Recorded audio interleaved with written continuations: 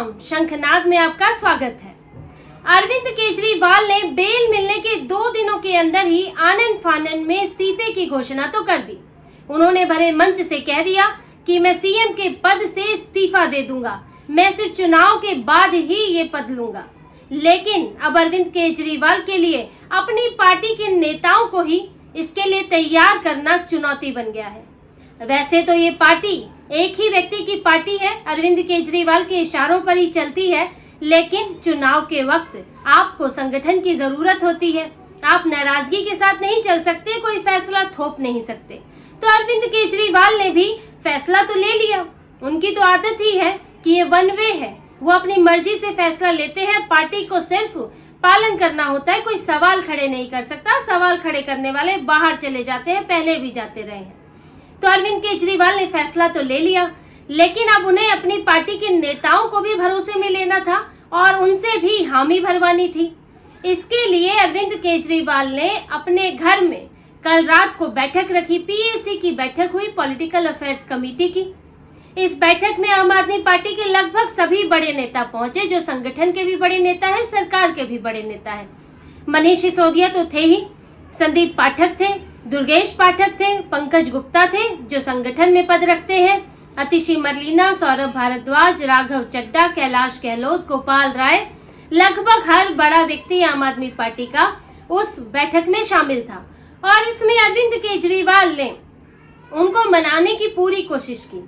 देखिए, बाहरी तौर पर तो ये कहा गया कि पीएसी की बैठक इसलिए है कि मुख्यमंत्री के चेहरे पर चर्चा होगी, आगे की रणनीति बनेगी, लेकिन ऐसा नहीं है।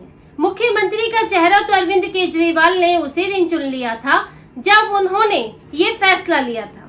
तभी उन्होंने अपने दिमाग में तय कर लिया होगा कि मेरी जगह ये व्यक्ति आएगा या आएगी। अब इस पीएसी की मीटिंग का मकसद तो ये था कि उस मीटिंग में जो लोग मौजूद हैं, जिनको अरविंद केजरीवाल की घोषणा से झटका लगा, अब उनको मनाना। क्योंकि अरविंद केजरीवाल ने जब मंच से घोषणा की तो वो सबको नहीं पता था कि वो ये बोलने वाले हैं। मंच पर कैलाश गहलोत थे, मनीष सिसोदिया, अतिशी मरलीना, सबको इसकी जानकारी नहीं थी। ये जितना मीडिया के लिए, विपक्षी पार्टियों के लिए या आम लोगों के लिए झटका था, उतना ही झटका ये अरविंद केजरीवाल की पार्टी के लोगों के लिए भी था। तो इसीलिए उन्होंने अब बैठक बुलाकर बड़े जो नेता है उनको मनाने की कोशिश की, उनको समझाने की कोशिश की कि इस रणनीति के क्या क्या फायदे हो सकते हैं। लेकिन रणनीति के फायदे तो उन्होंने गिनाए, लेकिन बैठक में जो दूसरे नेता हैं उन्होंने इस रणनीति के नुकसान भी गिनाए और सभी इसके पक्ष में नहीं रहे। कुछ ने हामी भी भरी और कुछ इसके विरोध में ही रहे। हालांकि अरविंद केजरीवाल तो वो ही करेंगे जो उन्होंने सोचा है, लेकिन पार्टी के सभी नेताओं को वो इसके लिए राजी नहीं कर पाए। ये बैठक देर रात तक चली और कोशिश हुई, जैसा कि मीडिया में भी आया है, कि 1 to 1 उन्होंने हर एक नेता से बात की। 1 to 1 यानी कि हर एक नेता को जो स्पेसिफिकली उनसे बात की, उनको समझाने की कोशिश की, अलग अलग करके। ऐसा नहीं किया कि मीटिंग में बता दिया ये फैसला हुआ है, इस तरह से नहीं किया। उन्होंने एक एक करके समझाने की कोशिश की कि सबको भरोसे में लूं और इसके फायदे बताए। लेकिन जब नेताओं के बोलने का पक्ष आया तो उन्होंने भी बताया कि इसके क्या क्या नुकसान हो सकते हैं और हड़बड़ी में ये फैसला लेना सही नहीं है। और नेताओं की जो शंकाएं थी, जिनमें मंत्री भी शामिल हैं, वो शंकाएं निराधार नहीं है। अगर ये शंकाएं सच होती हैं तो अरविंद केजरीवाल जिसे मास्टर स्ट्रोक मान रहे हैं, वो उनकी महा गलती साबित हो सकता है।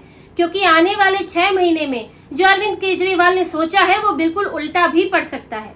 देखिए, अरविंद केजरीवाल ने इस्तीफा क्यों दिया है?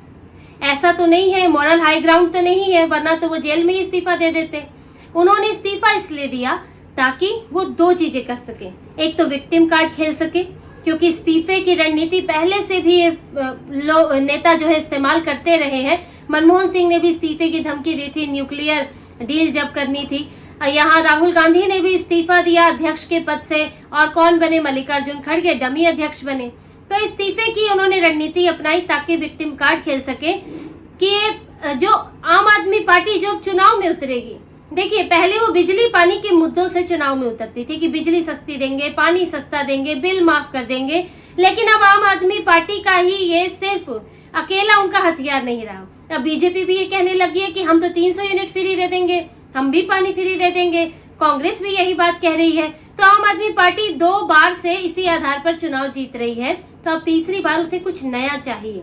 तो उन्होंने एक नया आधार बनाया विक्टिम कार्ड का, कि वो विक्टिम दिखेंगे कि मुझसे सत्ता छीन ली गई, मुझे फंसाया गया और मैंने सत्ता का लालच नहीं किया, मैंने सत्ता छोड़ दी और किसी और के हाथ में दे दी। तो वो सोच रहे हैं कि जो चुनाव है वो अरविंद केजरीवाल के इर्द गिर्द घूम जाए कि अरविंद केजरीवाल के साथ सही हुआ या गलत हुआ। लेकिन जो शंकाएं हैं, जो उनकी पार्टी के नेताओं ने देर रात की बैठक में जो सवाल उठाए, वो सोचने वाले हैं। इसमें एक महत्वपूर्ण बात ये उठी है जो अरविंद केजरीवाल को उन्होंने सानन फानन में सोची नहीं। अब तक आम आदमी पार्टी जितनी भी योजनाएं लागू करती थी, जितने भी पोस्टर जारी करती थी, जितने ऐड देती थी, सब में अरविंद केजरीवाल का बड़ा बड़ा चेहरा लगा होता था।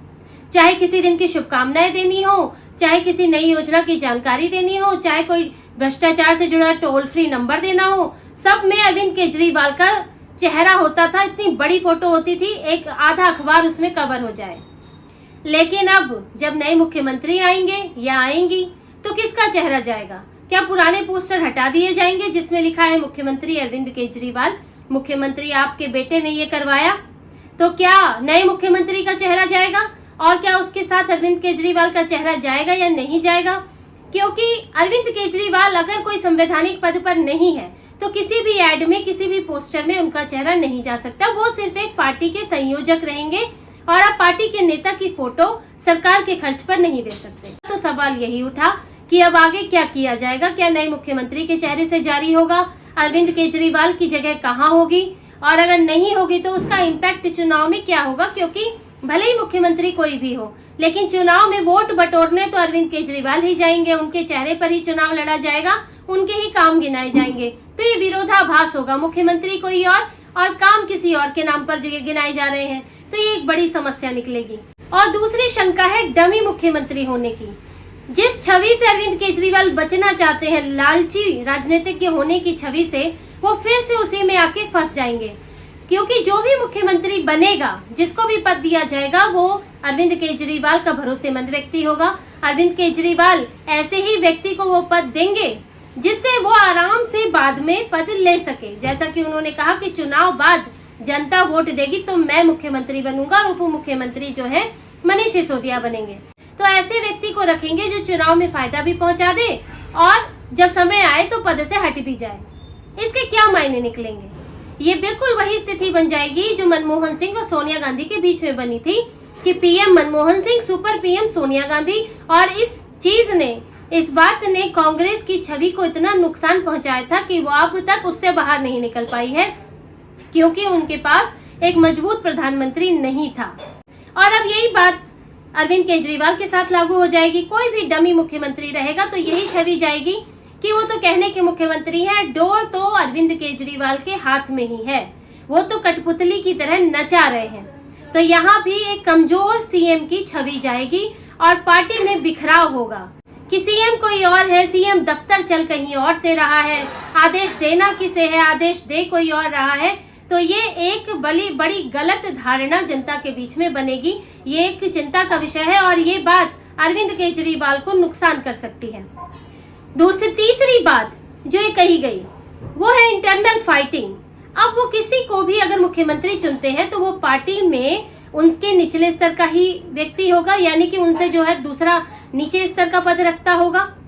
अब आम आदमी पार्टी में अगर अरविंद केजरीवाल और मनीष सिसोदिया को छोड़ दें तो बाकी सब लगभग एक बराबर ही है।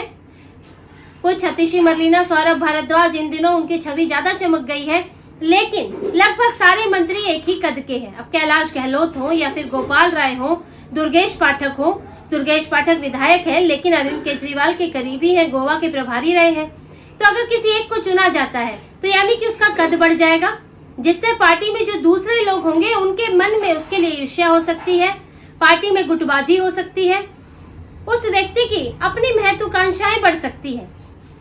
ये भी एक बड़ा मसला है। जैसे कि चंपई सोरेन मुख्यमंत्री बने तो उनकी महत्वाकांक्षा बढ़ गई और उन्होंने बाद में पार्टी से बगावत कर दी। इसी तरह से पार्टी में इंटरनल फाइटिंग हो सकती है आम आदमी पार्टी में कि अगर जो भी मुख्यमंत्री बने, आप नहीं कह सकते कितना भी भरोसेमंद व्यक्ति हो, तो उसकी अपनी महत्वाकांक्षा जागेगी तो वो अपने पक्ष में विधायकों को करना चाहेगा, वो पार्टी के लोगों को अपने पक्ष में करना चाहेगा, जिससे कि उसका एक अलग गुट बनेगा। जो लोग उसके पक्ष में नहीं है उनका अलग गुट बनेगा, तो एक गुटबाजी शुरू हो जाएगी और 5-6 महीने में गुटबाजी बढ़ गई तो अरविंद केजरीवाल के लिए उसे शांत करना मुश्किल होगा। और ऐसा भी नहीं है कि अरविंद केजरीवाल ने ये पहली बार उनके सामने होगा। आम आदमी पार्टी में पहले भी झगड़े होते रहे हैं। कुमार विश्वास जैसे नेता जो शुरू से जुड़े रहे वो अनबन के कारण चले गए। इसके अलावा आशुतोष जो लगता था कि पैदा ही हुए हैं आम आदमी पार्टी में आने के लिए, लेकिन वो भी अलग हो गए पार्टी से और अपने कई करीबियों को तो अरविंद केजरीवाल ने खुद ही निकाल दिया। तो अगर महत्वाकांक्षाएं जागती हैं तो कोई भी अलग हो सकता है, छोड़ सकता है या फिर पार्टी को अपने कब्जे में लेने की कोशिश कर सकता है, और ये किसी भी पार्टी के लिए अच्छी स्थिति नहीं होती है। तो अरविंद केजरीवाल ने जल्दबाजी में जो इस्तीफे का फैसला लिया और इसे एक बढ़िया रणनीति के तौर पर पेश कर रहे हैं, लेकिन वो उनकी एक बड़ी गलती साबित हो सकता है, क्योंकि 6 महीना एक लंबा समय होता है। अरविंद केजरीवाल तो ये भी सोच रहे थे कि नवंबर में ही चुनाव हो जाता तो वो जो आंसू उन्होंने बहाए हैं उन आंसुओं का फायदा मिल जाता, लेकिन अभी तो चुनाव होने से रहा। तो लेकिन अगर 4-5 महीनों में क्या स्थितियां बनती हैं, जो मुख्यमंत्री बने उनकी क्या स्थिति होगी, अरविंद केजरीवाल कैसे एडजस्ट कर पाएंगे बैकडोर से, उन्हें तो अपना शीश महल भी छोड़ना होगा। वो शीश महल में कोई और रहेगा। क्या अरविंद केजरीवाल की वही औकात रहेगी जो आज है, वही उसी तरह से दबदबा कायम रहेगा? पोस्टर पर कौन आएगा, जो अब चुनाव लड़ेंगे उसमें चेहरा कौन होगा, चुनाव के बाद जो पहले मुख्यमंत्री है वो क्या दावा करेंगे? तो अब बहुत सारे सवाल हैं। और अरविंद केजरीवाल के लिए अब ये जो उन्होंने घिसा पिटा तरीका जो दाव खेला है इस्तीफे का, वो जरूरी नहीं है कि फायदेमंद हो, उसका नुकसान हो सकता है, दाव उल्टा पड़ सकता है। तो अरविंद केजरीवाल के लिए ये चुनाव, ये इस्तीफा जो है, इन चुनाव के बाद परमानेंट इस्तीफा बनकर रह सकता है। तो इसी तरह की और खबरें और विश्लेषण आपके लिए लाते रहेंगे। हमसे जुड़े रहिए, सब्सक्राइब कीजिए, कमेंट कीजिए। बहुत बहुत धन्यवाद। जय श्री राम।